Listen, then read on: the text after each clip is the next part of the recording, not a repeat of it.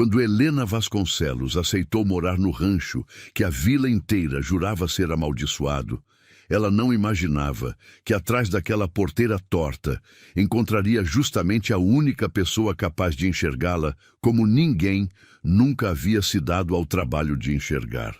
Você já parou para pensar no que leva uma mulher rejeitada por todos, sem teto, sem nome limpo e sem uma só alma disposta a estender a mão?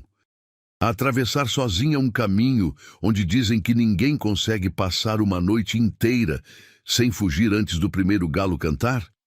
Mas essa história aconteceu no interior de Mato Grosso, no ano de 1889, numa terra de campos abertos, cerrado seco e rios de água escura, onde o vento da tarde carregava poeira vermelha e segredos que o tempo teimava em não deixar morrer. Antes de a gente continuar, eu quero te pedir uma coisa bem simples.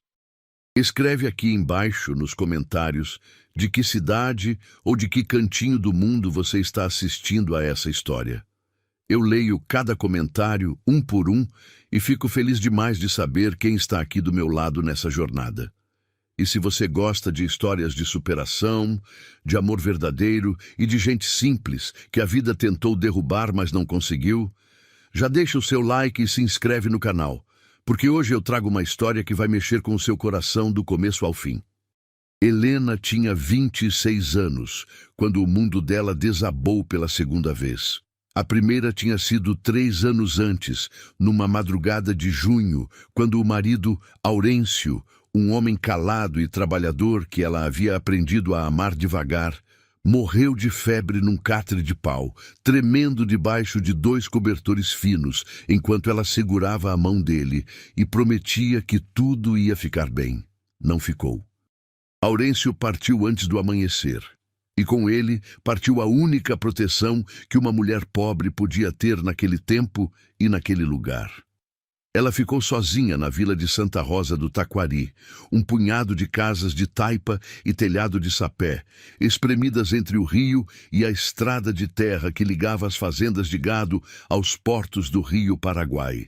Sozinha, mas não desamparada de tudo, porque Helena tinha um dom nas mãos.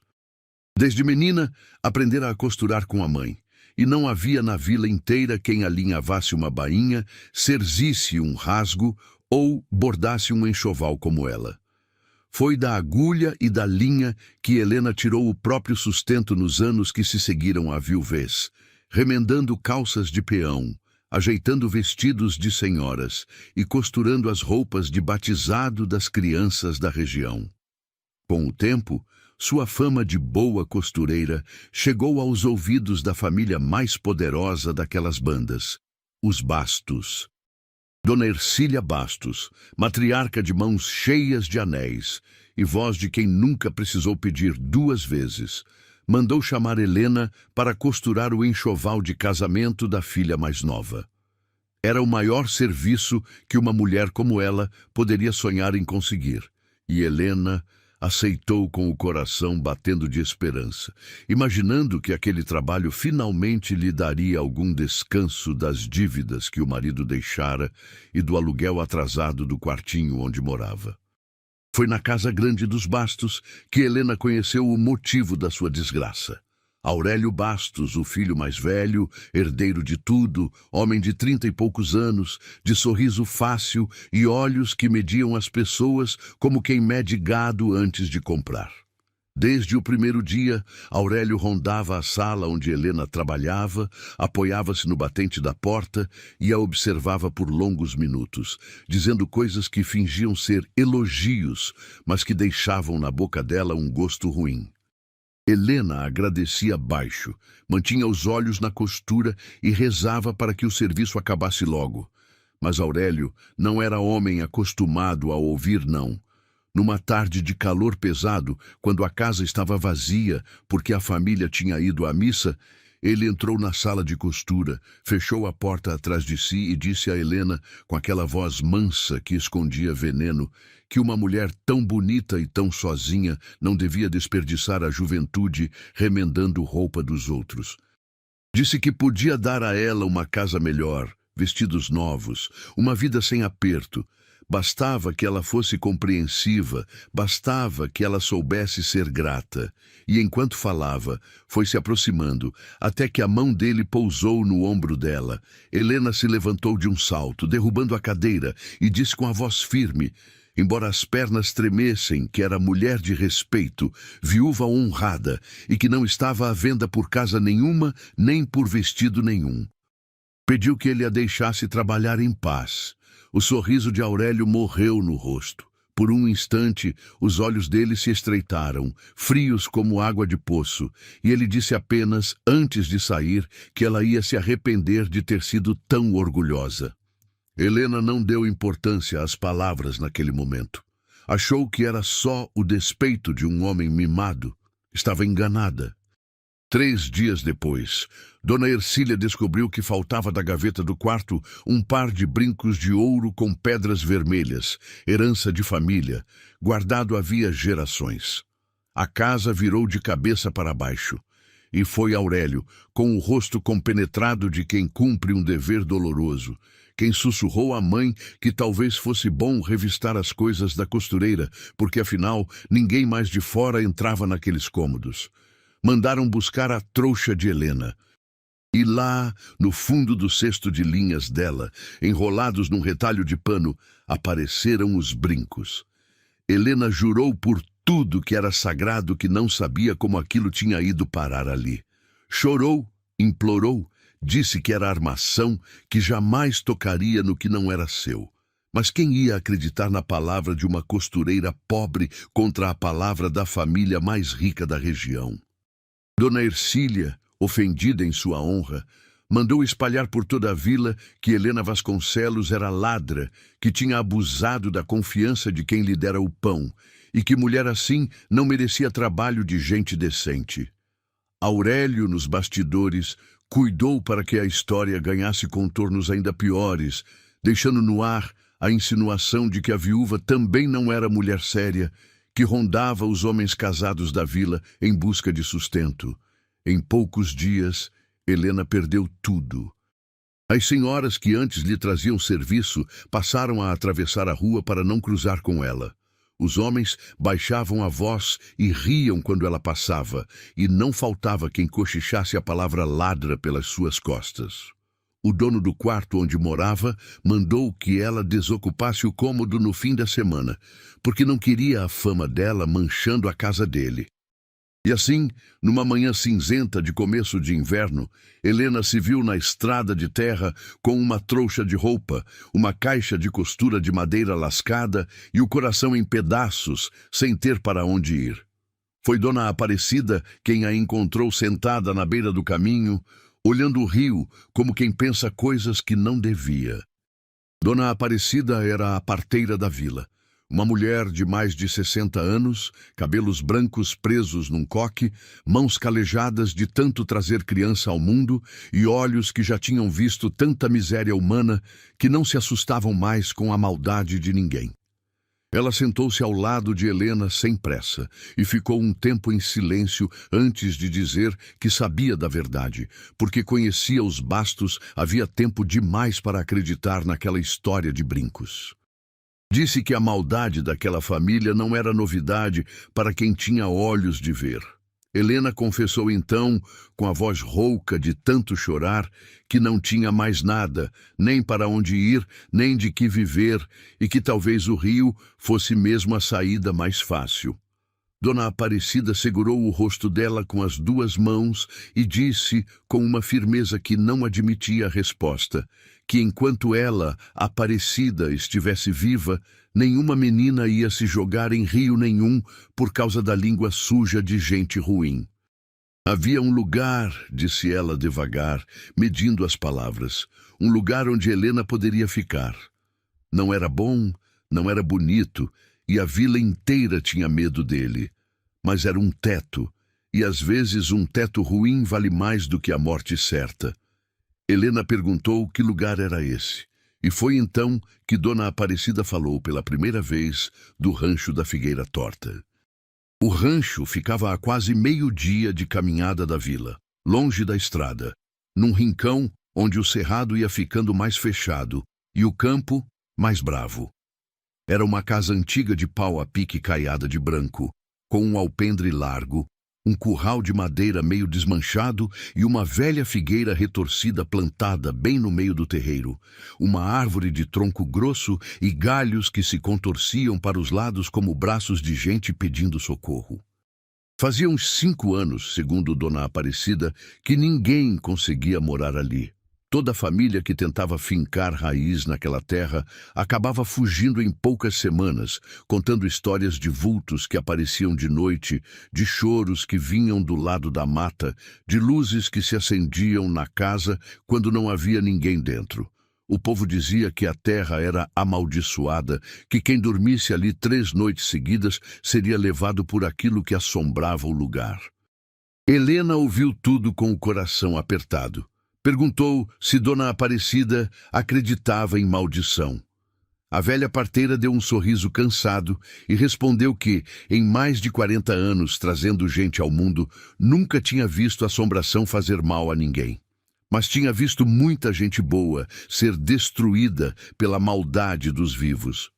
Disse que os únicos fantasmas em que acreditava eram a fome, a solidão e a língua venenosa dos invejosos. E disse, olhando bem fundo nos olhos de Helena, que preferia ver a menina numa casa mal assombrada, com um teto sobre a cabeça do que na rua, à mercê da fome e da maldade dos homens de bem. Helena pensou naquela noite inteira, sentada num banquinho na cozinha de Dona Aparecida, ouvindo o crepitar do fogo de lenha e o barulho dos grilos lá fora. Pensou na vila que a tinha cuspido para fora, nas portas que se fecharam, nos risos, nos dedos apontados. E percebeu que já não tinha nada a perder. Se havia mesmo fantasmas naquele rancho, eles não poderiam ser piores do que os vivos que ela deixava para trás. Na manhã seguinte, com a primeira luz, Helena juntou sua trouxa e sua caixa de costura. Agradeceu a Dona Aparecida com um abraço demorado e disse, com a voz mais firme do que se sentia, que ia aceitar o rancho. A parteira encheu um saco de estopa com um pouco de farinha, feijão, um pedaço de rapadura, fósforos e uma vela, entregou a ela e disse que voltaria para visitá-la assim que pudesse. Depois, benzeu a testa dela e a deixou ir. O caminho até o rancho foi longo e solitário. Helena andou horas por trilhas de terra vermelha, cruzou um riacho de águas frias pisando em pedras escorregadias, passou por baixo de árvores altas onde o sol mal entrava e sentiu, à medida que avançava, o silêncio ir ficando mais pesado, como se a própria mata prendesse a respiração para vê-la passar. Os pássaros cantavam menos. O vento parecia sussurrar coisas entre as folhas secas. Mais de uma vez ela pensou em voltar, mas para onde? Atrás dela não havia nada além de portas fechadas. Então continuou, um pé na frente do outro, agarrando a trouxa contra o peito. Quando finalmente chegou, o sol já se punha, tingindo o céu de laranja e sangue. A casa surgiu no fim da trilha, branca e silenciosa, com a figueira torta erguendo-se diante dela como um guardião sombrio. As janelas eram buracos escuros. O mato tinha tomado conta do terreiro. Uma porteira de madeira rangia sozinha ao sabor da brisa, abrindo e fechando devagar, como se convidasse e ao mesmo tempo advertisse. Helena parou diante dela, sentindo o coração disparar. Respirou fundo, sentiu o cheiro de terra úmida e de folhas apodrecidas, ouviu o canto agudo de uma coruja em algum lugar da mata e, juntando toda a coragem que lhe restava, empurrou a porteira e entrou. A casa por dentro estava tomada de poeira, teias de aranha e o cheiro azedo de abandono. Havia móveis cobertos por lençóis amarelados, um fogão de lenha enferrujado, uma mesa de tábuas rachadas e um catre encostado na parede do quarto. Ratos correram para os cantos quando ela entrou. Mas havia paredes, havia telhado e havia uma porta que fechava. Para quem tinha passado as últimas noites imaginando dormir ao relento, aquilo era quase um palácio. Helena acendeu a vela que Dona Aparecida lhe dera, varreu um canto da cozinha com um feixe de gravetos, estendeu no chão o cobertor fino que trouxera e sentou-se, exausta, comendo um pedaço de rapadura enquanto a noite caía por completo lá fora. Foi na primeira noite que ela ouviu. Já estava quase adormecendo, encolhida no seu canto, quando um barulho a fez abrir os olhos de repente. Passos. Passos lentos e pesados, do lado de fora da casa, contornando as paredes. Helena prendeu a respiração, o corpo inteiro rígido de medo, a mão apertando o cabo da tesoura de costura como se fosse uma arma. Os passos pararam. Houve um silêncio longo, terrível. E então, vindo de algum ponto da escuridão do terreiro, ela ouviu claramente o som de uma respiração pesada e o arrastar de alguma coisa pelo chão. O sangue gelou nas veias dela.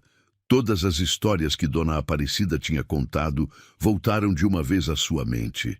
Helena ficou paralisada, encolhida contra a parede, os olhos fixos na porta, esperando que a qualquer instante ela se abrisse. Mas a porta não se abriu. Os passos se afastaram, sumiram na mata e o silêncio voltou a reinar. Helena não pregou o olho até o amanhecer, sentada com a tesoura no colo, o coração batendo em pancadas surdas, jurando a si mesma que na manhã seguinte descobriria o que rondava aquela casa, custasse o que custasse. Ela tinha perdido o marido, tinha perdido o nome, tinha perdido a vila inteira. Não ia perder também a única coisa que lhe restava, que era a coragem de encarar o próprio medo. E foi exatamente essa coragem que, sem que ela soubesse, iria mudar o rumo da sua vida para sempre. Quando o sol nasceu, Helena saiu da casa com as pernas trêmulas e os olhos ardendo de cansaço. Contornou as paredes procurando por sinais, e foi então que encontrou no chão úmido do lado de fora da janela do quarto marcas de pés. Pegadas grandes, de botas gastas, fundas na terra mole. Não eram marcas de fantasma, eram marcas de homem. Alguém de carne e osso tinha estado ali durante a noite, rondando a casa, observando-a dormir. E, de alguma forma, aquilo assustou Helena muito mais do que qualquer assombração. Durante os dias que se seguiram, Helena tratou de tornar a casa habitável. Varreu, esfregou o chão com água do riacho, arrancou as teias, arejou os cômodos e lavou os lençóis amarelados na correnteza fria até que voltassem a ser quase brancos. Descobriu um pequeno roçado abandonado atrás da casa, onde ainda resistiam alguns pés de mandioca e um canteiro selvagem de couve que teimava em crescer.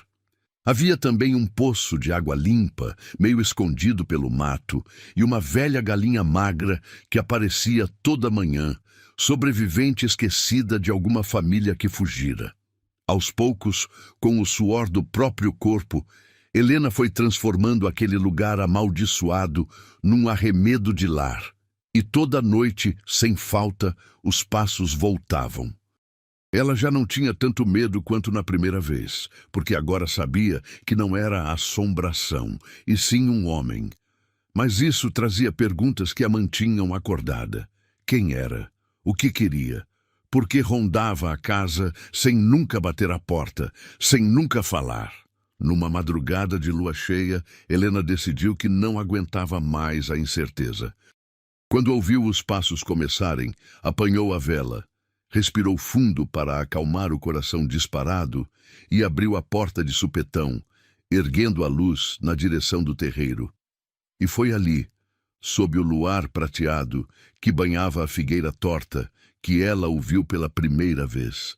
Era um homem alto, de ombros largos, envolto num poncho velho e escuro.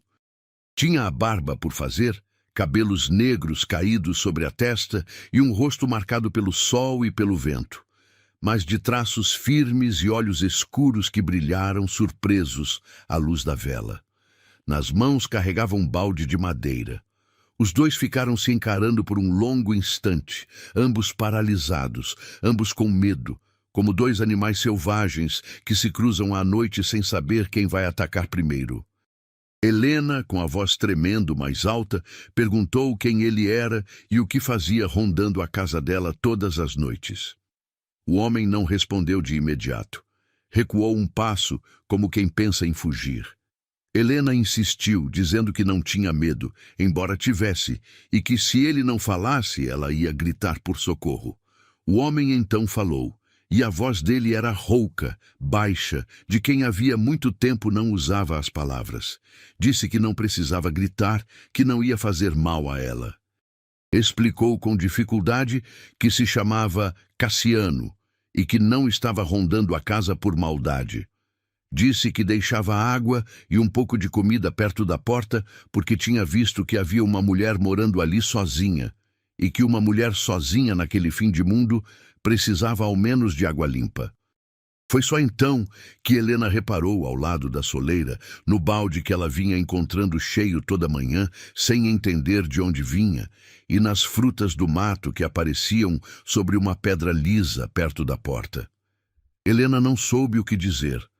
A imagem aterrorizante que tinha construído na cabeça se desfez diante daquele homem de olhar cansado que, em vez de ameaçá-la, tinha cuidado dela em silêncio. Perguntou, ainda desconfiada, onde ele morava. Cassiano apontou com o queixo para a mata, para além do curral, e disse que vivia num rancho pequeno mais para dentro, perto da nascente. Perguntou há quanto tempo ele estava ali. Ele demorou a responder. 5 anos, disse por fim, com uma sombra passando pelo rosto. 5 anos desde que o mundo tinha virado as costas para ele também. Helena percebeu naquela frase um eco do próprio sofrimento e alguma coisa dentro dela se abrandou. Ela o convidou, contra todo o bom senso, a esperar um instante e voltou para dentro. Cortou um pedaço da rapadura que ainda lhe restava e ofereceu a ele pela fresta da porta, dizendo que era pouco, mas que era a forma que tinha de agradecer a água e a comida. Cassiano olhou para a rapadura na palma da mão dela, como se olhasse para algo que não via havia anos, um gesto de gentileza.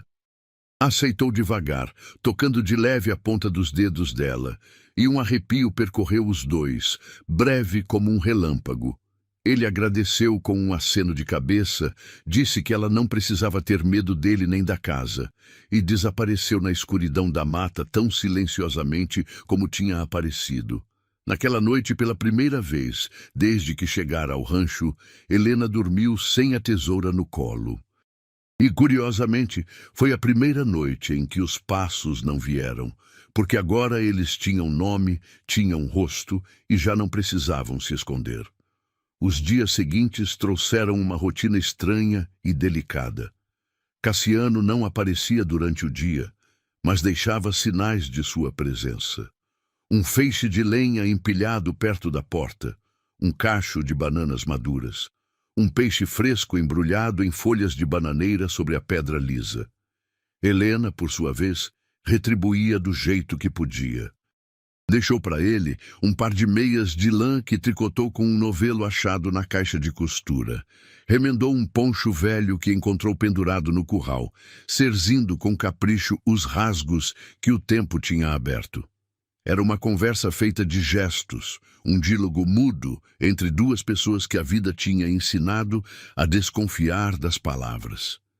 Mas a curiosidade de Helena só crescia. Ela queria entender quem era aquele homem, por que vivia escondido, por que a vila inteira tinha tanto medo daquela terra. Numa tarde de sol fraco, ela criou coragem, encheu uma cabaça com água fresca, cortou um pouco da couve do canteiro e seguiu pela trilha que Cassiano tinha apontado, mata dentro, até encontrar o pequeno rancho dele perto da nascente. Era um casebre ainda mais simples que o dela, mas limpo, organizado, com ferramentas penduradas em ordem na parede e uma pequena horta bem cuidada. Cassiano estava partindo lenha quando a viu chegar, e por um momento pareceu não saber o que fazer com as próprias mãos, surpreso de ter visita, surpreso de que alguém tivesse ido até ele por vontade própria. Helena estendeu a cabaça de água e a couve, dizendo que tinha vindo retribuir, que não gostava de dever favores. Cassiano limpou as mãos no poncho e aceitou, agradecendo baixo. Convidou-a a sentar num toco de madeira à sombra de um jatobá e ofereceu a ela uma caneca de café requentado que fervia sobre umas brasas. Foi ali, aos poucos, entre goles de café amargo e silêncios confortáveis, que Helena começou a conhecer o homem que a vila chamava de assombração. E o que ela descobriu partiu o coração dela. Cassiano contou, com a voz pausada de quem desenterra uma dor guardada a fundo, que aquela terra toda, o rancho da figueira, a nascente, os campos em volta, tinha pertencido à família dele. Seu pai, Joaquim, era um homem honrado que tinha desbravado aquele rincão com as próprias mãos, criado gado, plantado, construído a Casa Branca, onde agora Helena morava. Cassiano crescera ali, correndo pelos campos, nadando no riacho, aprendendo a lidar com os animais e a ler as estrelas. Era uma vida simples e feliz, até que a desgraça chegou na forma de um vizinho ambicioso, dono das terras lindeiras, um homem que queria expandir suas posses e punha os olhos famintos naquele pedaço de chão fértil com água boa o ano inteiro. Helena sentiu o estômago se apertar quando Cassiano pronunciou o nome do tal vizinho. Era um nome que ela conhecia bem demais. Era um Bastos. Não o mesmo Aurélio, mas o pai dele, o velho Angélico Bastos, patriarca da família, morto havia 2 anos, mas cuja ganância tinha sido herdada pelos filhos como se fosse ouro. Cassiano contou que Angélico primeiro tentou comprar a terra, e diante da recusa do pai dele, passou a ameaçar. Depois vieram os acidentes estranhos, o gado que aparecia morto, a cerca que amanhecia derrubada, o fogo que consumiu o paiol numa noite sem vento, e por fim veio a tragédia maior. Ele parou de falar por um instante, o maxilar tenso, os olhos fixos no fogo. Helena não o apressou. Esperou, com a paciência de quem também já carregou dores que custam a sair pela boca. Cassiano então continuou, dizendo que numa madrugada o pai dele saiu a cavalo para verificar um foco de incêndio no campo e não voltou. Encontraram o corpo dias depois ao pé de um barranco e disseram que tinha sido queda de cavalo, acidente, mas Cassiano sabia. Sabia no fundo da alma que não tinha sido acidente nenhum. E quando tentou reclamar justiça, quando foi à vila a apontar o dedo para os Bastos, foi ele quem acabou acusado. Espalharam que Cassiano tinha enlouquecido de dor, que era perigoso, que tinha até amaldiçoado a própria terra. Forçaram-no a assinar papéis que ele mal sabia ler. E de uma hora para outra, a terra da família dele passou para o nome dos Bastos. Sem terra, sem pai, sem nome e sem ninguém que acreditasse nele, Cassiano se recolheu para o único pedaço de mata que os Bastos não se deram ao trabalho de tomar, perto da nascente, e passou a viver como um bicho, escondido, calado, vendo de longe a casa da família apodrecer no abandono. Foi ele, ao longo dos anos, quem alimentou as histórias de assombração, deixando que o medo do povo mantivesse os curiosos longe, porque enquanto todos temessem o lugar, ninguém ia querer morar ali. E a terra que fora do seu pai não serviria de nada para quem a tinha roubado.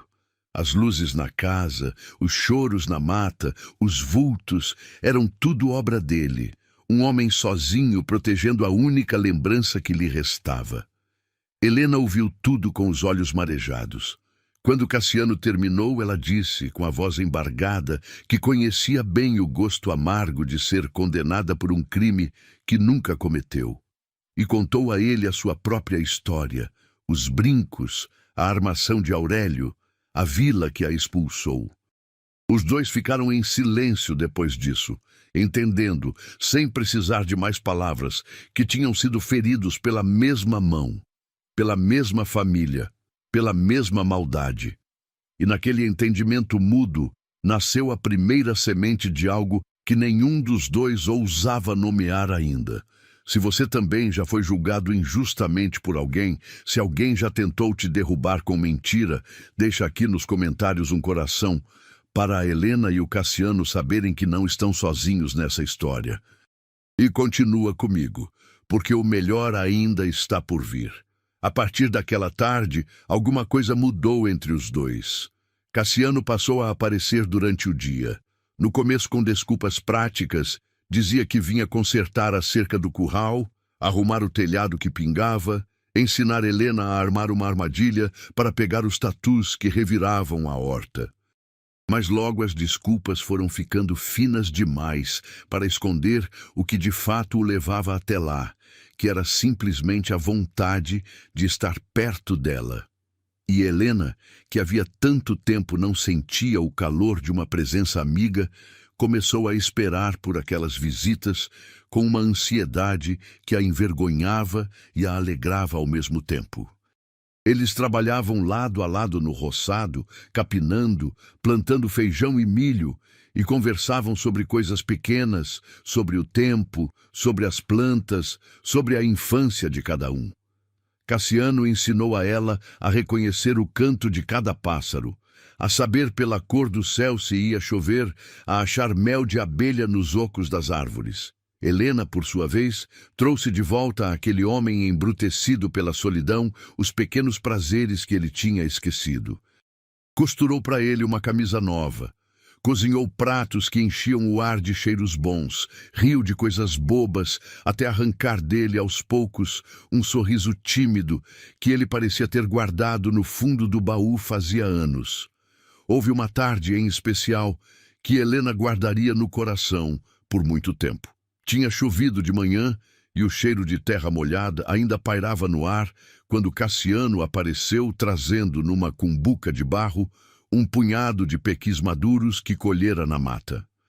Sentaram-se no alpendre para comê-los e, a certa altura, sem querer, as mãos dos dois se encontraram sobre a borda da cumbuca. Nenhum dos dois puxou a mão de volta na mesma hora. Ficaram assim, os dedos roçando de leve, olhando para a frente, para a figueira torta pingando as últimas gotas de chuva, sem coragem de olhar um para o outro, mas sem vontade nenhuma de se afastar. Foi Cassiano quem quebrou o feitiço, dizendo baixinho, com um meio sorriso, que a mão dela era pequena demais para uma mulher tão valente. Helena riu, corou até a raiz dos cabelos e respondeu que valentia não se mede pelo tamanho da mão, e sim pelo tanto de coisa ruim que a pessoa aguentou sem endurecer o coração. Ele a olhou demorado depois dessa resposta, e havia nos olhos dele uma coisa nova, uma ternura que fez o coração dela bater descompassado. Com o passar das semanas, aquela convivência foi criando raízes fundas, dessas que a gente só percebe depois de plantadas. Helena aprendeu a ler os silêncios de Cassiano, a saber quando ele estava apenas cansado e quando alguma lembrança ruim o puxava para dentro de si mesmo. Aprendeu que ele gostava do café bem forte e sem açúcar, que assobiava baixinho quando estava contente sem se dar conta disso, e que, apesar do jeito bruto, tinha um cuidado quase infantil com os bichos, guardando restos de comida para um gato magro que aparecia às vezes na beira da mata. Cassiano, por sua vez, aprendeu os hábitos dela, o modo como ela cantarolava canções antigas enquanto costurava, o jeito de morder o lábio quando se concentrava, a mania de guardar sementes de tudo o que comia, porque dizia que a esperança de uma pessoa cabia inteira numa semente bem guardada. Numa tarde de dezembro, o céu escureceu de repente, como só escurece no sertão quando a chuva vem com raiva. As nuvens se empilharam pretas sobre o horizonte, o vento começou a virar as folhas da figueira do avesso, e um cheiro forte de terra seca, esperando água, tomou conta do ar.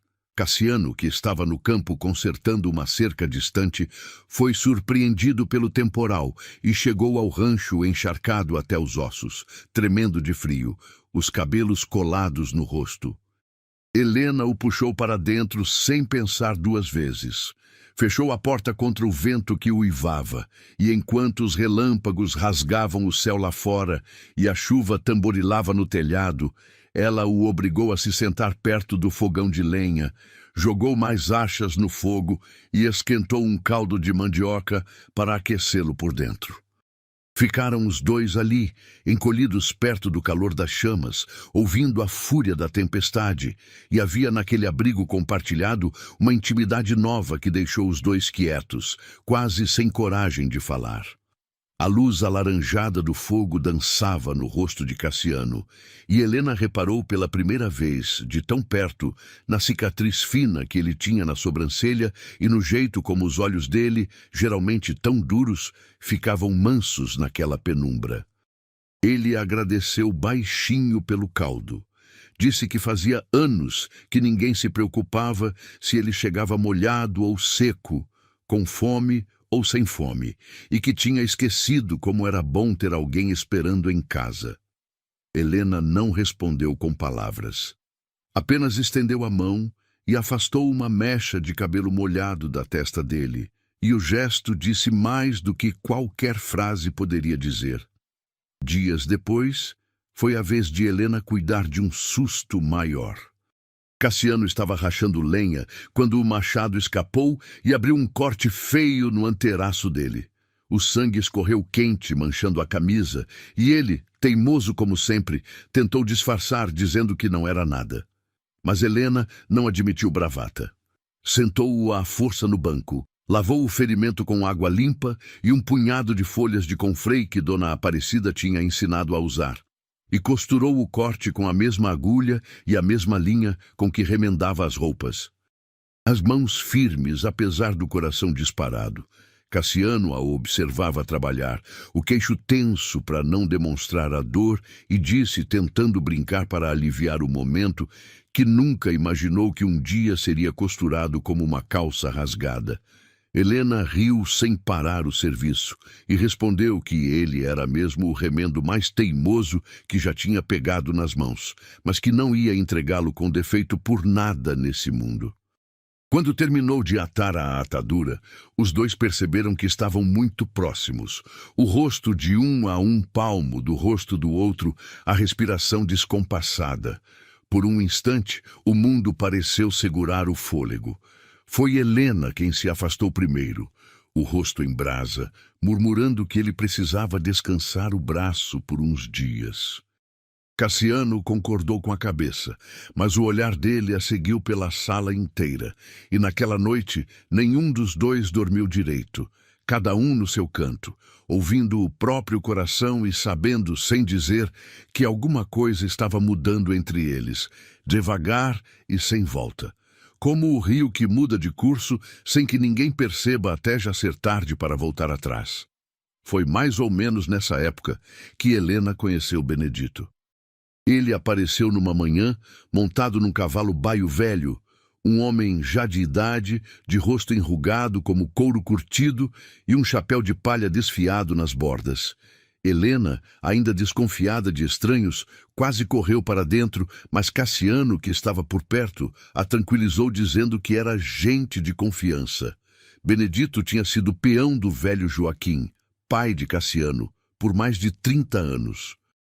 Era o único da região que nunca acreditara nas mentiras contra a família. O único que ainda ia às escondidas levar notícias da vila e um saco de mantimentos de vez em quando, arriscando a própria pele, porque os bastos tinham deixado claro que quem ajudasse Cassiano seria tratado como inimigo. O velho peão olhou para Helena com uma curiosidade bem-humorada e depois lançou para Cassiano um olhar mareado de quem entende as coisas antes mesmo de elas serem ditas.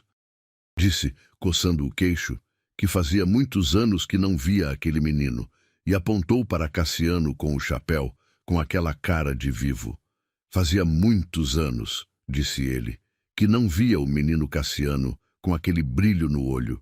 Cassiano desconversou Resmungou qualquer coisa sobre o serviço que faltava fazer e foi cuidar do curral, mas as orelhas dele estavam vermelhas, e Benedito riu baixinho, cutucando Helena de leve com o cotovelo, dizendo que aquele ali era duro de casca, mas mole de miolo, e que ela tivesse paciência com ele. Mas nem tudo eram dias tranquilos naquele canto de mundo. Numa tarde abafada, quando Helena estendia a roupa no varal improvisado perto da porteira, ela ouviu o barulho de cascos vindo pela trilha e o sangue gelou. 2 homens a cavalo se aproximavam devagar, de chapéu puxado sobre os olhos, com aquele jeito arrogante de quem se sente dono de tudo por onde passa. Eram capangas dos bastos, dava para ver de longe pelo laço trabalhado das selas e pelas espingardas atravessadas. Helena sentiu vontade de correr, mas conteve o impulso, porque sabia que correr era confessar que tinha o que esconder.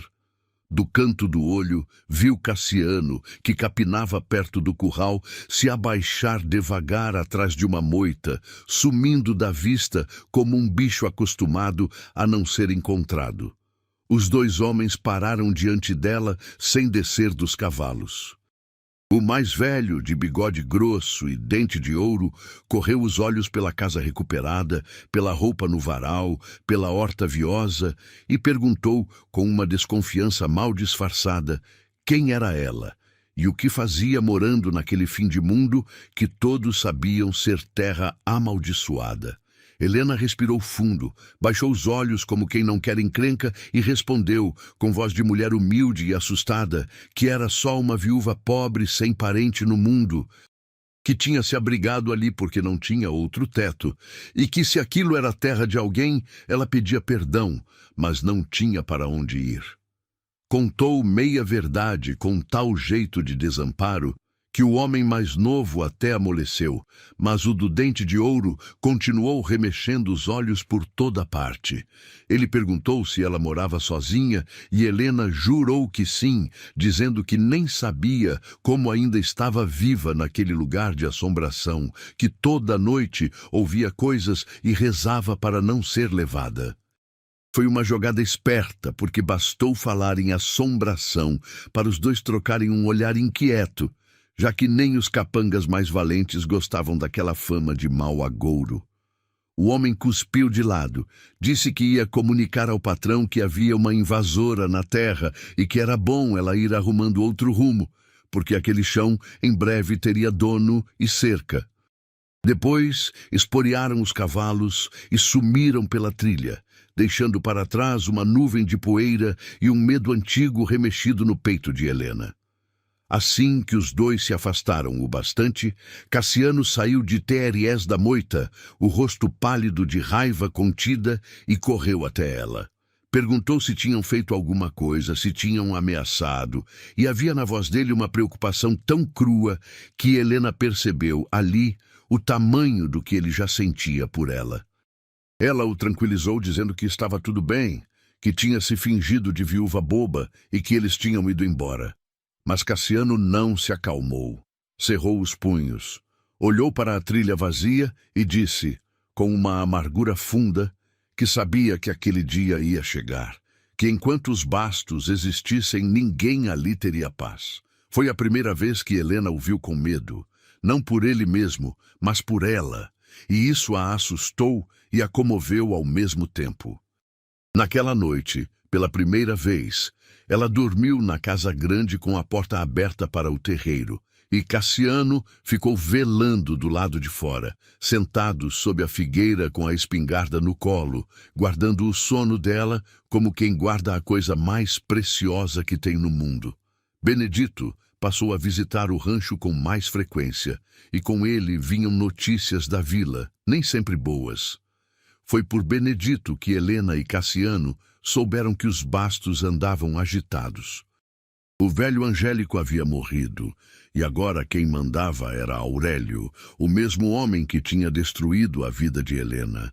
E Aurélio, ambicioso como o pai, mas ainda mais impaciente, tinha decidido que estava na hora de finalmente dar um destino àquelas terras esquecidas do Rancho da Figueira.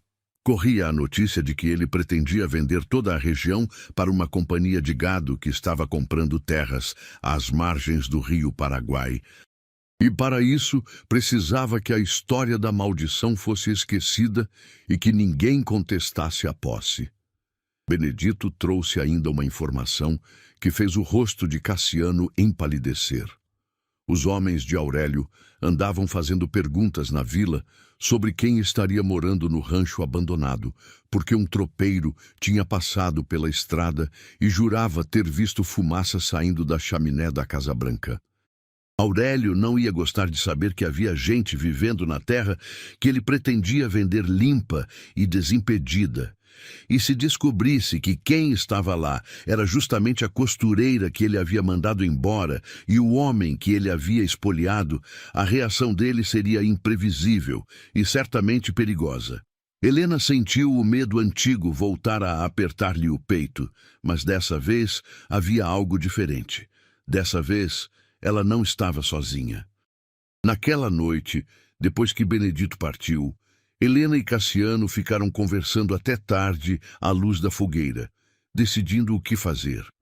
Cassiano, com o rosto endurecido, disse que talvez fosse melhor Helena partir enquanto era tempo, ir para longe, começar a vida em outro lugar onde ninguém conhecesse a história dela, porque ele não suportaria a ideia de que ela sofresse de novo por causa da maldade dos Bastos.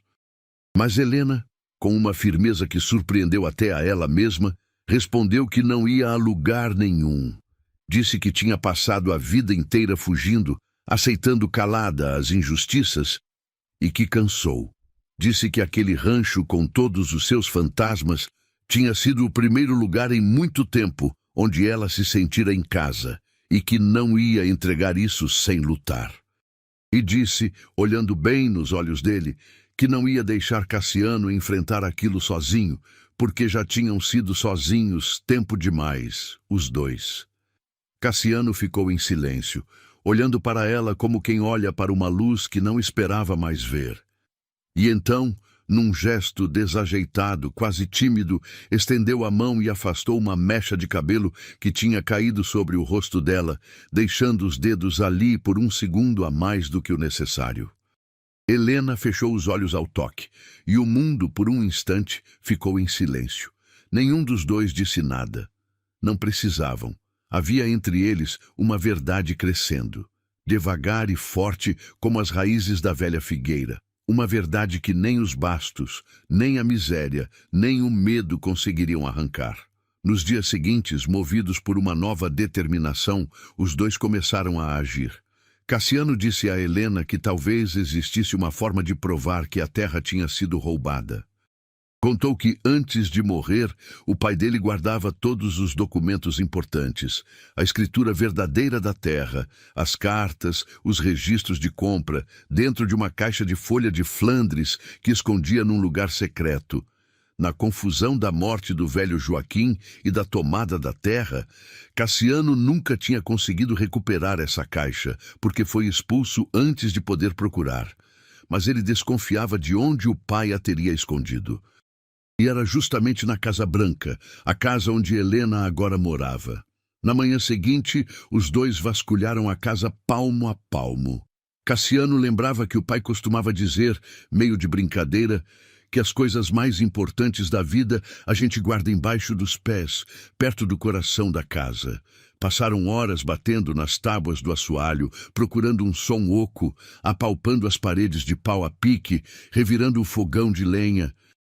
Foi Helena quem, ajoelhada perto da lareira da cozinha, o coração da casa, o lugar onde a família se reunia, reparou numa pedra do piso que parecia ligeiramente mais solta que as outras, com as bordas gastas de tanto ser mexida. Chamou Cassiano.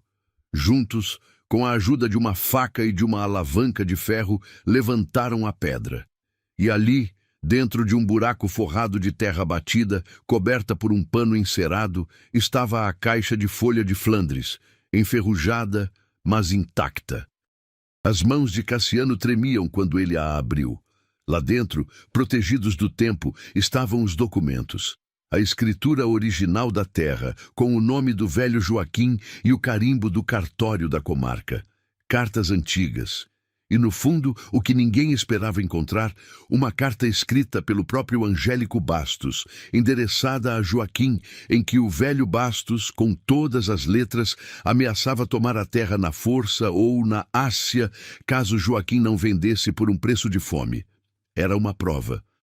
Não de tudo, mas era o suficiente para levantar suspeitas sérias, para mostrar que os Bastos tinham motivo e intenção de tomar aquela terra, e que a escritura em nome deles, arrancada de um homem morto, tinha cheiro de fraude. Cassiano segurou os papéis contra o peito e, pela primeira vez, desde que Helena o conhecera, chorou. Chorou o pai, chorou os anos perdidos. Chorou a injustiça carregada em silêncio. E Helena o abraçou, ali no chão da cozinha, os dois de joelhos, e naquele abraço havia tudo o que ainda não tinham dito. Mas a alegria da descoberta durou pouco. Naquela mesma tarde, Benedito chegou a galope, o cavalo baio coberto de suor, trazendo a notícia que temiam. Aurélio Bastos tinha descoberto que havia gente morando no rancho. Pior, tinha descoberto quem. Um dos capangas dele reconhecera Helena de longe, buscando água no riacho, e correra a contar ao patrão. Aurélio, ao saber que a costureira que o desprezara estava vivendo justamente na terra que ele pretendia vender, e ainda por cima, na companhia do homem que ele julgava ter enterrado no esquecimento, ficou possesso. Benedito ouvira dizer que ele reunira uns 3 ou 4 homens armados e pretendia ir ao rancho no dia seguinte para expulsar os dois de uma vez por todas, na marra, e pôr fogo na casa velha para que ninguém mais pensasse em voltar. A noite que se seguiu foi longa. Helena, Cassiano e Benedito ficaram acordados à luz da fogueira traçando um plano. Cassiano, com o sangue fervendo, queria enfrentar Aurélio de armas na mão, mas Benedito, com a sabedoria dos seus muitos anos, o fez ver que na base da força eles não teriam a menor chance contra homens armados e acostumados à violência, e que, além do mais, se Cassiano derramasse sangue, ele viraria de vez o criminoso que os Bastos sempre disseram que ele era. Foi Helena quem teve a ideia que mudaria tudo. Disse que a arma deles não eram as espingardas, e sim a verdade guardada naquela caixa de Flandres, e disse que sabia exatamente a quem recorrer. Ela se lembrou de uma pessoa. Havia na comarca vizinha, a um dia de viagem, um juiz de direito recém-chegado da capital, um homem novo chamado Doutor Aurélio. Não, um homem chamado Doutor Teodósio Palma, de quem se dizia, na vila, que era honesto ao ponto da teimosia, um forasteiro que não devia favores a ninguém da região e que já tinha mandado prender um coronel poderoso por abuso. Helena o conhecia de nome porque tinha costurado, meses antes, o vestido da esposa dele, uma senhora gentil, que passara pela vila e a tratara com respeito quando todos os outros a desprezavam. Se alguém na região poderia ouvir a verdade sem se deixar comprar pelos Bastos, era aquele juiz. O plano se desenhou rápido. Benedito, que conhecia todos os atalhos da região e cujo rosto não levantava suspeitas, partiria ainda naquela madrugada, levando os documentos e uma carta escrita por Helena, cavalgando sem descanso até a comarca para pedir a intervenção do juiz. Cassiano e Helena, por sua vez, teriam de ganhar tempo, segurar Aurélio e seus homens sem violência até que a autoridade chegasse. Era um plano arriscado, cheio de buracos, dependente da sorte e da rapidez de um cavalo velho, mas era tudo o que tinham. E às vezes, quando não se tem nada, um plano arriscado é mais do que suficiente para quem tem coragem no peito. Antes de Benedito partir, Helena escreveu a carta à luz trêmula da vela, com a letra caprichada de quem aprendeu a escrever, bordando as próprias palavras, contando tudo, a armação dos brincos, a terra roubada, a morte suspeita de Joaquim, os anos de injustiça. Selou-a com uma gota de cera e a entregou ao velho peão, junto com a preciosa caixa de Flandres. Benedito guardou tudo no alforge, montou no baio e, antes de partir, olhou para os dois, para Helena e Cassiano lado a lado na porta iluminada, e disse, com a voz embargada, que o velho Joaquim, lá de onde estivesse, estaria orgulhoso. Depois esporeou o cavalo e sumiu na escuridão da estrada, levando nos alforjes a última esperança dos dois.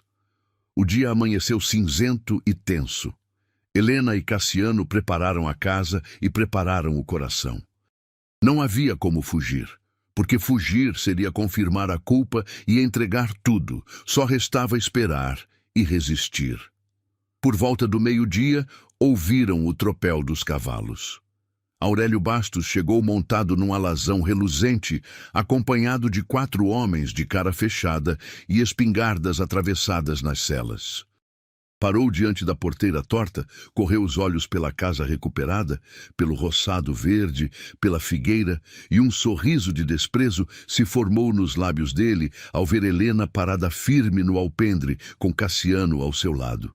Aurélio desmontou sem pressa, batendo a poeira das calças com o chapéu, saboreando o momento como quem saboreia uma vingança antiga.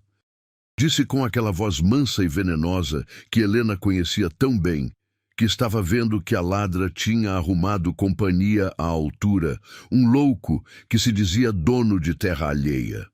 Falou que aquilo tudo era propriedade dele, comprada e escriturada, e que os dois tinham até o fim da tarde para juntar seus trapos e sumir, antes que ele mandasse tocar fogo em tudo com eles dentro.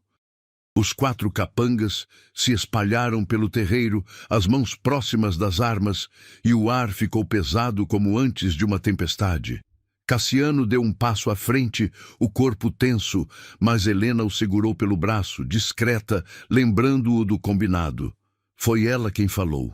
Com a voz firme, sem tremer, olhando Aurélio nos olhos, disse que eles não iam a lugar nenhum, porque aquela terra nunca tinha sido dele nem do pai dele por direito, e que ela tinha em mãos a prova de que a escritura dos Bastos era fruto de roubo e de sangue.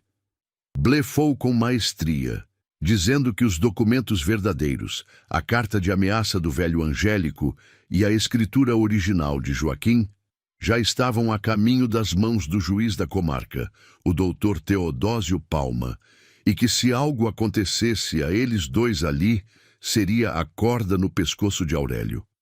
Por um instante, o sorriso de Aurélio vacilou.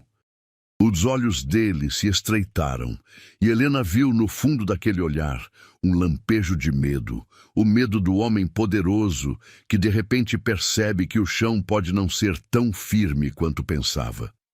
Mas o medo logo virou fúria. Aurélio gritou que era tudo mentira, invencionice de uma ladra desesperada, e ordenou aos capangas que arrancassem os dois de lá na força e ateassem fogo na casa. Foi um instante de pânico. Os homens avançaram, Cassiano se pôs na frente de Helena com os punhos cerrados, disposto a lutar até o fim, e tudo parecia perdido. Se o seu coração está apertado agora, torcendo por eles, comenta aí embaixo a palavra justiça, porque é disso que a Helena e o Cassiano tanto precisam nesse momento. E fica comigo, porque o que acontece agora ninguém espera. Foi então que se ouviu, vindo da estrada, um novo tropel, muito maior, muitos cavalos. Todos se voltaram. Pela trilha surgiu Benedito, o rosto marcado pela noite em claro, e atrás dele vinha não o juiz sozinho, mas o doutor Teodósio Palma, acompanhado de 4 soldados da força pública da província, fardados, armados e com a autoridade estampada no rosto. O velho peão tinha cavalgado a noite inteira sem parar, tinha chegado à comarca ao amanhecer, e o juiz, ao ler a carta de Helena e examinar os documentos, ao reconhecer na história o mesmo tipo de abuso que ele viera do sul disposto a combater, não perdeu tempo. Montou a comitiva e veio pessoalmente, movido por aquela teimosia honesta de que falavam na vila. O doutor Teodósio desmontou diante de Aurélio Bastos, que de repente empalideceu e começou a gaguejar mesuras, tentando cumprimentar a autoridade, dizendo que era apenas um proprietário resolvendo uma questão de invasão em suas terras. Mas o juiz o cortou com um gesto seco. Ergueu no ar a escritura original e a carta de ameaça assinada pelo velho Angélico Bastos e perguntou, com voz que não admitia mentira, se aquela era ou não a letra e o sinete da família dele.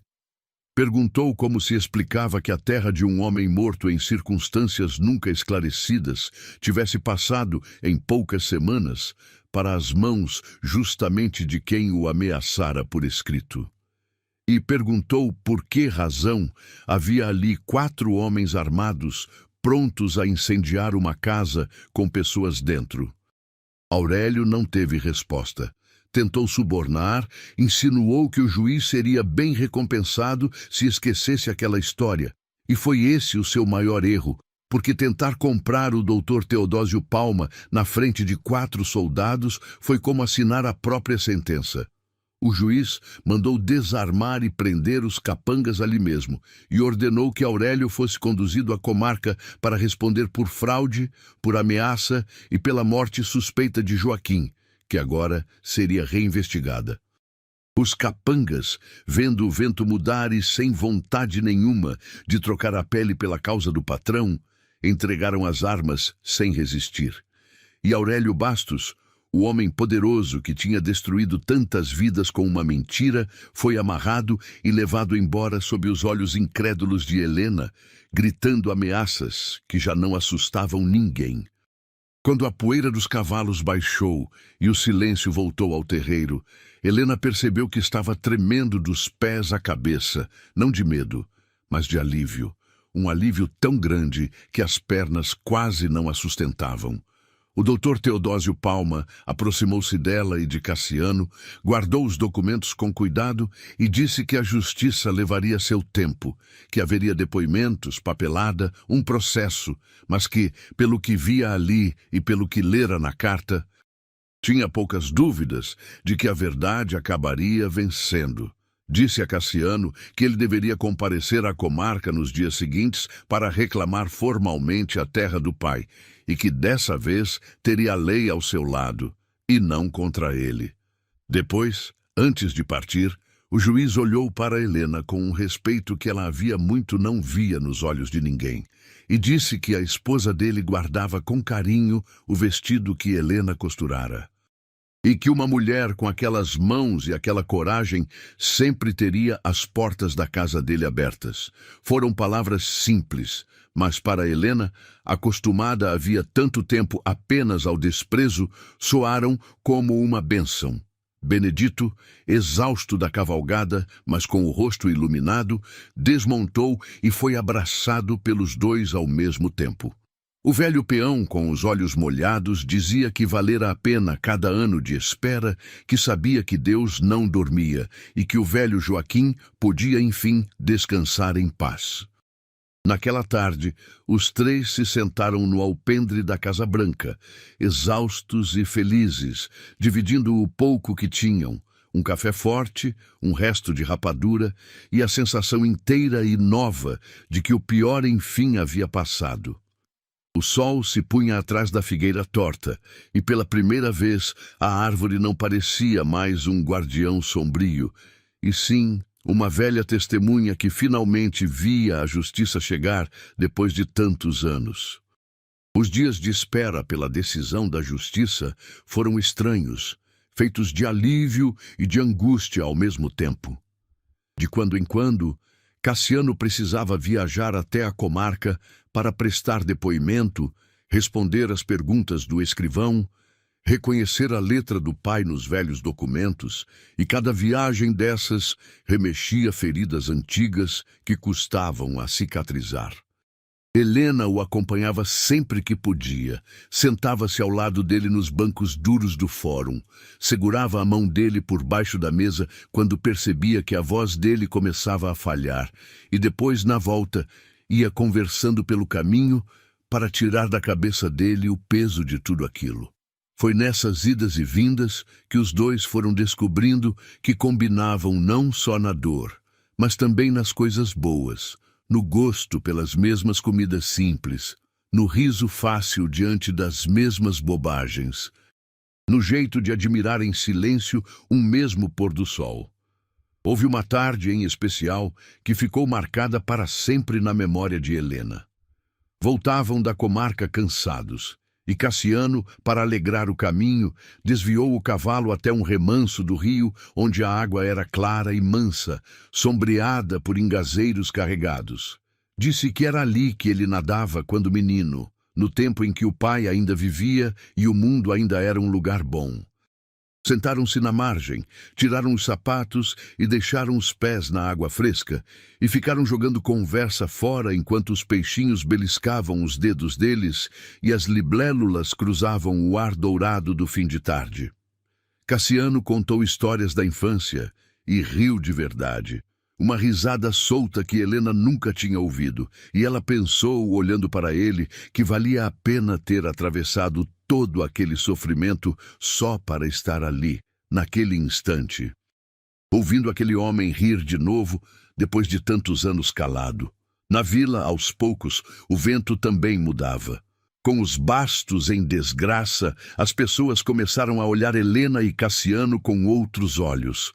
A mesma dona Mercedes, dona da venda, que um dia recusara vender fiado à costureira acusada, agora fazia questão de mandar um agrado, um punhado de doce de leite, um novelo de linha de brinde, como quem tenta emendar sem coragem de pedir desculpa. Alguns antigos conhecidos do velho Joaquim procuraram Cassiano para oferecer ajuda, sementes, uma junta de bois emprestada, mão de obra na colheita. Cassiano, que por tantos anos só conhecera as costas das pessoas, custava a acreditar em tanta boa vontade, e era Helena quem o incentivava a aceitar, dizendo que magoar-se com quem foi ruim era fácil. Difícil mesmo era ter coração grande o bastante para deixar as pessoas se redimirem. Ele resmungava, mas acabava cedendo, e a cada pedaço de confiança devolvida, um pedaço da alma dele voltava a respirar. Os meses que se seguiram foram de trabalho e de espera. O processo correu na comarca, e como o doutor Teodósio previra, a verdade foi se impondo pedaço por pedaço. A carta de ameaça do velho Angélico, a escritura original, o depoimento de Benedito e de outros antigos moradores que, agora que os bastos tinham perdido o poder, criaram coragem de falar, tudo isso pesou. Descobriu-se que o tabelião que registrara a transferência da terra havia recebido propina, e ele, para salvar a própria pele, confessou o esquema. A escritura fraudulenta foi anulada, e a terra do Rancho da Figueira foi devolvida por sentença a Cassiano, único herdeiro legítimo de Joaquim. Aurélio Bastos foi condenado por fraude e por corrupção, e embora a morte de Joaquim não tenha podido ser provada em todos os seus detalhes, depois de tantos anos, o nome dos Bastos, antes tão temido, afundou na vergonha. E o poder que a família exercera com mão de ferro sobre toda a região desmoronou como casa de taipa na enxurrada. A notícia correu depressa, e com ela veio a reviravolta que Helena jamais ousara sonhar. A mesma vila que a expulsara aos gritos de ladra, agora sabia, pela boca da justiça, que ela sempre fora inocente, vítima de uma armação dos Bastos. Os brincos, descobriu-se, tinham sido escondidos na trouxa dela pelo próprio Aurélio para se vingar da recusa. As senhoras que atravessavam a rua para não cruzar com ela, agora baixavam os olhos de vergonha quando o nome de Helena era mencionado. Algumas, as de melhor coração, chegaram até a mandar recados de desculpas, pedindo serviços de costura como quem pede perdão. Mas Helena, embora não guardasse rancor, porque rancor só envenena quem o carrega, já não precisava da aprovação daquela gente. Ela tinha encontrado, no lugar mais improvável do mundo, algo que a vila nunca lhe dera, que era o sentimento de pertencer, de ter um lar e uma pessoa ao lado. Porque é preciso dizer agora o que crescera entre ela e Cassiano durante todos aqueles meses de luta e de espera. O que começara como desconfiança virara amizade. O que virara amizade virara companheirismo. E o companheirismo, sem que nenhum dos dois soubesse dizer exatamente quando, tinha virado amor. Um amor sereno e fundo, sem pressa, feito de gestos pequenos, de cafés dividido ao amanhecer, de mãos que se encontravam por acaso e já não queriam se soltar, de olhares que diziam mais do que qualquer palavra. Os dois se rondavam com a ternura tímida de quem já sofreu demais e tem medo de estragar a única coisa boa que a vida enfim ofereceu. Foi numa noite de festa que a barreira finalmente caiu. Para comemorar a devolução da terra, Benedito trouxe da vila um pouco de vinho de jabuticaba e insistiu em preparar um leitão assado na brasa. Depois da fartura, o velho peão, dizendo que precisava dormir cedo por causa da idade, mas piscando um olho travesso, foi se recolher no quarto dos fundos, deixando os dois sozinhos no alpendre, sob um céu tomado de estrelas. O ar da noite estava morno, cheirava a mato e a fumaça de lenha. E ao longe, uma coruja repetia o mesmo canto que meses antes tinha aterrorizado Helena na sua primeira noite ali. Agora, aquele som já não assustava. Era só a música conhecida de um lugar que virara casa. Cassiano estava calado, girando a caneca de vinho entre os dedos, e Helena percebeu que ele queria dizer alguma coisa e não encontrava as palavras. Ela esperou. Então ele falou, sem olhar para ela, os olhos perdidos na escuridão do campo, dizendo que durante 5 anos tinha vivido como um morto, que tinha se acostumado com a ideia de que passaria o resto da vida sozinho naquela mata, sem nunca mais ter direito a nada de bom.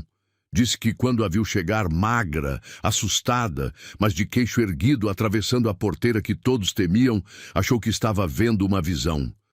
E disse, enfim virando o rosto para ela, com a voz baixa e rouca, que ela tinha trazido a vida de volta não só para aquela terra, mas para dentro do peito dele. Helena sentiu o coração disparar.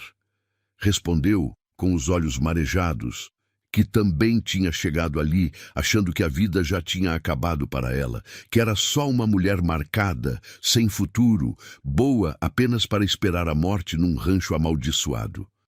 E disse que foi ali, justamente ali, no lugar de onde todos fugiam, que ela reencontrou a vontade de viver, e que isso tinha um nome, e o nome era ele. As palavras ficaram suspensas no ar entre os dois por um instante que pareceu eterno. Então, Cassiano ergueu devagar a mão calejada e tocou o rosto dela, como quem toca uma coisa sagrada, e Helena inclinou o rosto contra aquela mão, fechando os olhos. E ali, sob a figueira torta e o céu estrelado do sertão mato-grossense, os dois se beijaram pela primeira vez. Um beijo demorado e tímido, sabendo a vinho de jabuticaba e a lágrimas. O beijo de 2 almas que o mundo tinha jogado fora e que, contra tudo, tinham se encontrado. Quando se separaram, ficaram testa com testa, rindo baixinho, sem acreditar que aquilo estava de fato acontecendo. Cassiano disse, brincando, que Dona Aparecida tinha razão quando dizia que às vezes as coisas mais bonitas nascem nos lugares mais feios. E Helena riu, um riso leve que fazia tempo não soltava, e respondeu que talvez a tal maldição daquela terra fosse justamente essa, a de que ninguém saía dali sem deixar o coração para trás. Passaram o resto da noite conversando baixinho, fazendo planos, imaginando um futuro que, pela primeira vez em anos, os dois voltavam a ter coragem de sonhar. E quando o dia amanheceu, encontrou os dois adormecidos lado a lado no alpendre, as mãos dadas, o rosto sereno de quem, enfim, encontrou um porto seguro. Os meses seguintes foram de reconstrução, e não só da casa. Com a terra devolvida e a paz recuperada, Cassiano voltou a ser o homem que tinha sido antes da desgraça, só que mais forte, mais sábio, curtido pelo sofrimento como o couro que se torna mais resistente depois de tantas chuvas e cis. Ele e Helena, com a ajuda de Benedito e de alguns peões que voltaram a procurar serviço assim que souberam que o filho de Joaquim estava de volta, foram pouco a pouco erguendo de novo o que os bastos tinham deixado apodrecer. Consertaram o curral, replantaram as roas, compraram, com o pouco que o juiz ajudou a recuperar em indenização, umas cabeças de gado para recomeçar a criação. A Casa Branca, antes símbolo de assombração e medo, ganhou cortinas novas que Helena costurou, uma horta farta no quintal, galinhas ciscando no terreiro e o cheiro constante de comida quente saindo pela chaminé. Helena, por sua vez, não abandonou a agulha e a linha. Sua fama de costureira, agora limpa da mancha da calúnia, se espalhou de novo e dessa vez mais longe, chegando até a comarca e as fazendas vizinhas. Começaram a chegar encomendas de todos os lados, enxovais, vestidos de festa, roupas de batizado, e a casa do Rancho da Figueira virou também uma espécie de pequena oficina de costura, com Helena ensinando o ofício a 2 ou 3 moças pobres da região que, como ela um dia, precisavam de uma chance na vida. Porque Helena não tinha esquecido o gosto de ser rejeitada e jurou a si mesma que, tendo agora o poder de ajudar, jamais viraria as costas para quem estivesse embaixo, como um dia fizeram com ela. A primeira colheita farta do rancho reerguido foi motivo de festa. Quando o milho encheu os paióis e o feijão secou nas ramas, Cassiano e Helena resolveram, seguindo um costume antigo daquelas bandas, abrir a casa para uma festa de colheita, dessas de fogueira acesa, sanfona tocando e mesa farta para quem quisesse chegar. Foi a primeira vez em muitos anos que o terreiro do Rancho da Figueira se encheu de gente rindo, dançando e comendo, e a velha árvore, enfeitada com bandeirolas de papel colorido, parecia até sorrir com os galhos retorcidos. Benedito, animado com um copo de quentão, contava causos que arrancavam gargalhadas, e Dona Aparecida batia palmas no ritmo da música, feliz como havia muito não se via.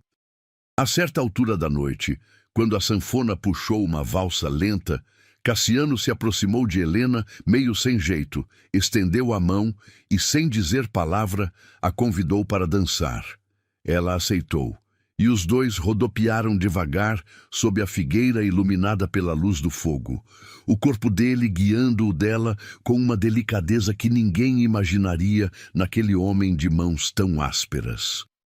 Dançaram calados, testa quase encostada em testa, sentindo a batida do coração um do outro, e por um momento esqueceram que havia gente em volta, esqueceram o passado, esqueceram tudo o que não fosse aquele instante.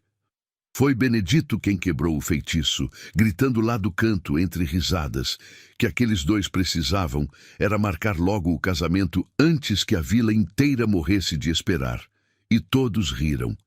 E Helena escondeu o rosto corado no ombro de Cassiano, que pela primeira vez em anos não teve vontade nenhuma de se esconder. Depois que os últimos convidados foram embora e o terreiro voltou ao silêncio, os dois ficaram recolhendo as coisas à luz da lua, sem pressa, saboreando o cansaço gostoso de uma noite feliz. Helena comentou baixinho que nunca imaginou que fosse voltar a dançar na vida, que achava que essas alegrias tinham morrido junto com a moça que ela um dia foi. Cassiano parou o que fazia, olhou para ela sob o luar e respondeu com a voz mansa que a moça que ela tinha sido não havia morrido coisa nenhuma, que estava ali, inteira, na frente dele, só tinha ficado um tempo escondida esperando alguém que valesse a pena aparecer de novo. Helena sentiu os olhos arderem e, no lugar de responder, só se aproximou e encostou a cabeça no peito dele, e ficaram assim, abraçados no meio do terreiro, até a fogueira virar brasa e a madrugada os mandar dormir. O amor entre Helena e Cassiano, longe de esfriar com a rotina, foi ficando mais fundo a cada dia. Não era um amor de palavras bonitas ditas a toda hora, porque nenhum dos dois tinha sido criado para isso. Era um amor de gestos. Era Cassiano acordando antes do sol para deixar a água fervida e o café pronto quando Helena levantasse. Era Helena remendando com esmero cada rasgo das roupas dele, bordando discretamente as iniciais dele no avesso da camisa, num carinho que só os dois entendiam. Era ele que parava o serviço no meio da tarde, só para levá-la até a nascente e mostrar um ninho de pássaros que tinha encontrado. Era ela que guardava para ele o melhor pedaço da comida e fingia não ver quando ele guardava para ela o último gole do café doce. Havia entre os dois uma brincadeira antiga que virara costume.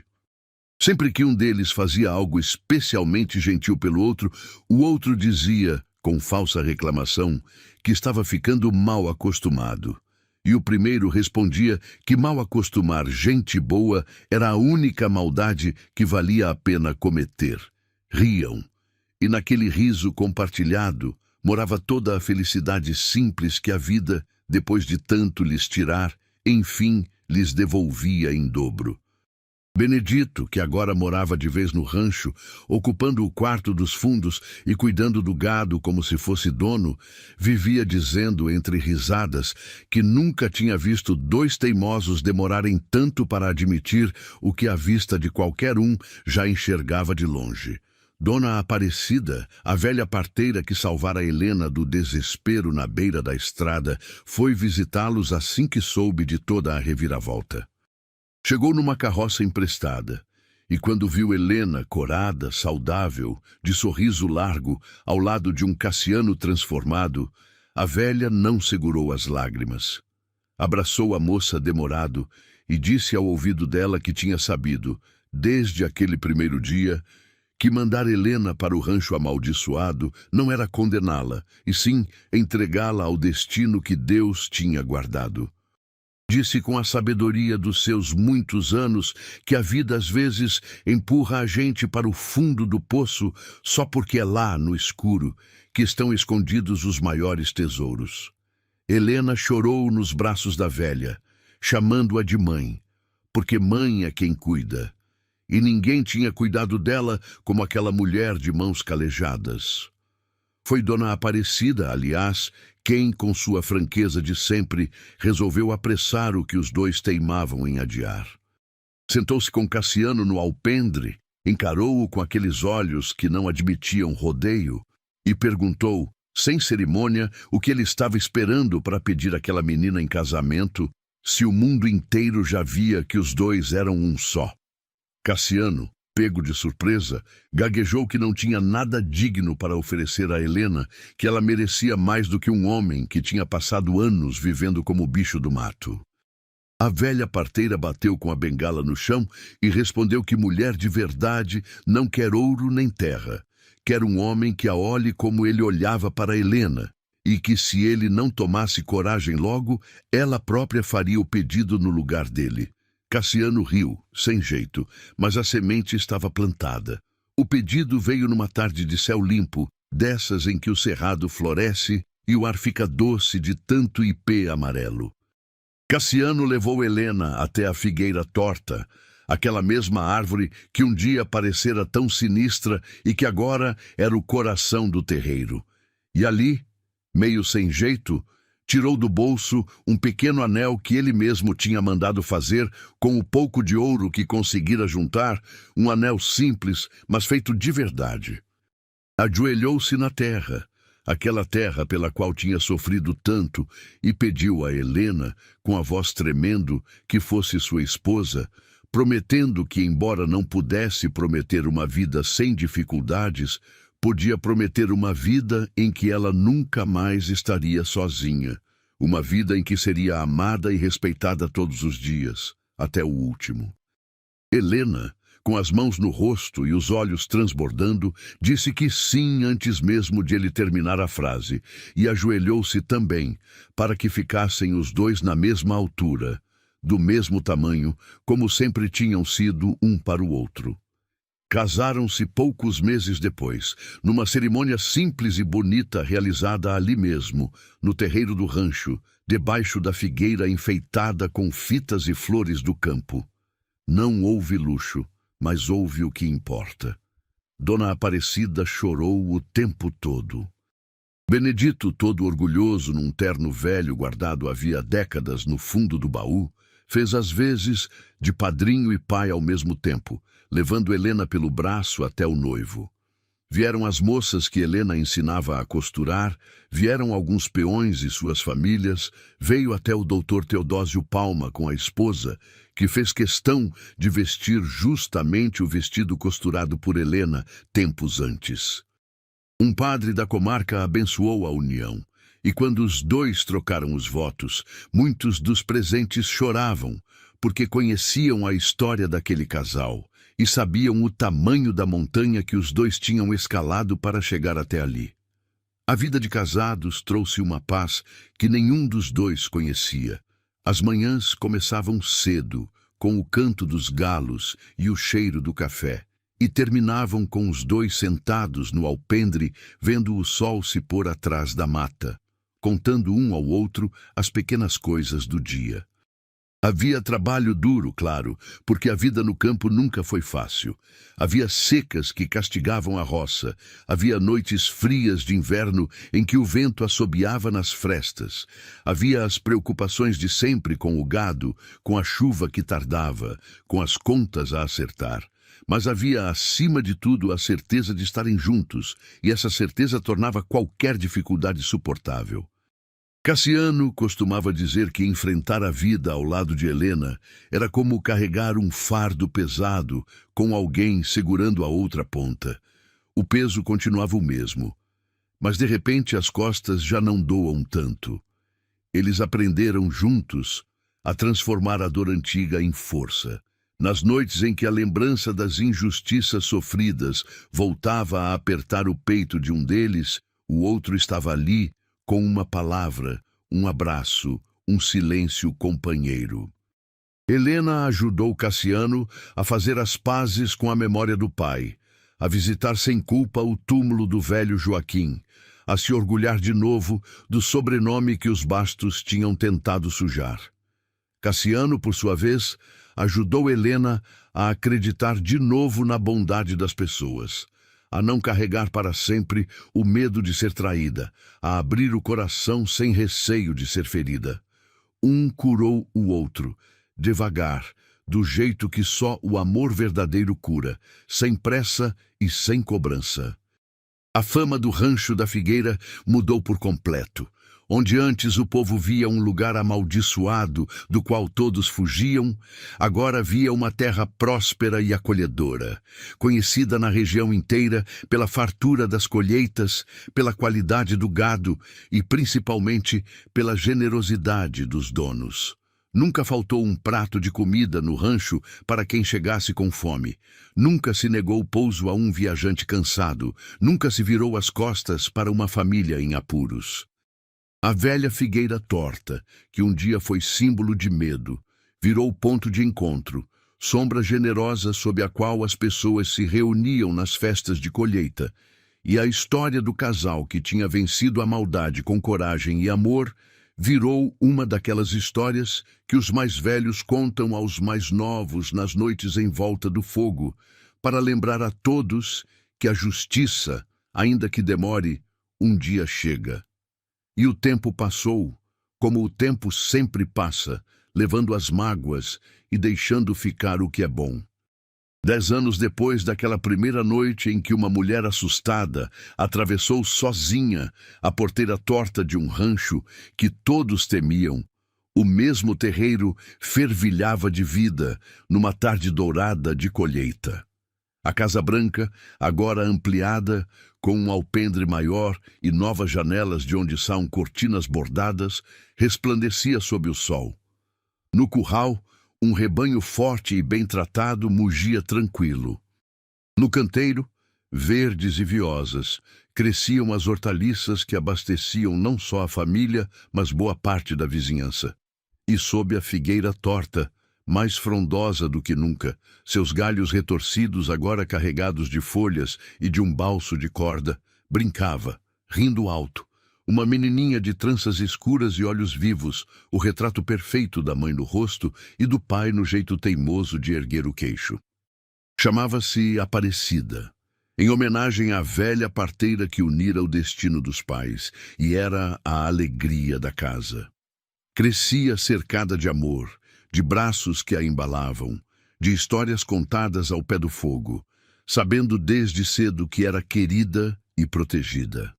Helena, agora com o rosto sereno de mulher realizada, observava a filha do alpendre enquanto costurava e, de vez em quando, erguia os olhos apenas para vê-la rir, como quem guarda na memória um retrato que não quer esquecer. Ao lado dela, Benedito, o velho peão de cabelos agora completamente brancos, dormitava numa cadeira de balanço, o chapéu de palha caído sobre o rosto. Feliz da vida por ter vivido o bastante para ver aquela família florescer na mesma terra que ele um dia ajudara o velho Joaquim a desbravar. Cassiano voltava do campo montado a cavalo, o corpo cansado do trabalho honesto do dia. E quando avistou de longe a esposa no alpendre e a filha brincando na sombra da figueira, um sorriso se abriu no rosto dele, aquele mesmo sorriso tímido que Helena tinha arrancado do fundo do baú anos antes e que agora vinha fácil, generoso, como vem o sorriso de um homem em paz. Ele desmontou, a menina correu ao seu encontro gritando de alegria, e ele a ergueu no ar, rodopiando com ela, antes de caminhar até Helena e depositar na testa dela um beijo demorado, num gesto tão cotidiano e tão cheio de amor, que quem os visse jamais imaginaria o tanto de dor que aqueles dois haviam carregado para conquistar aquela tarde comum e perfeita.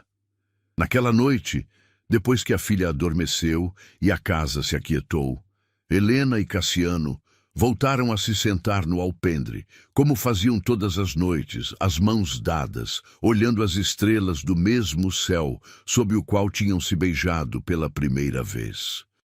Helena comentou baixinho que às vezes ainda custava acreditar que tudo aquilo era real, que a mulher que um dia sentara na beira da estrada, pensando em desistir da vida, era a mesma que agora tinha um lar, uma filha, um marido e uma paz que nunca sonhara merecer.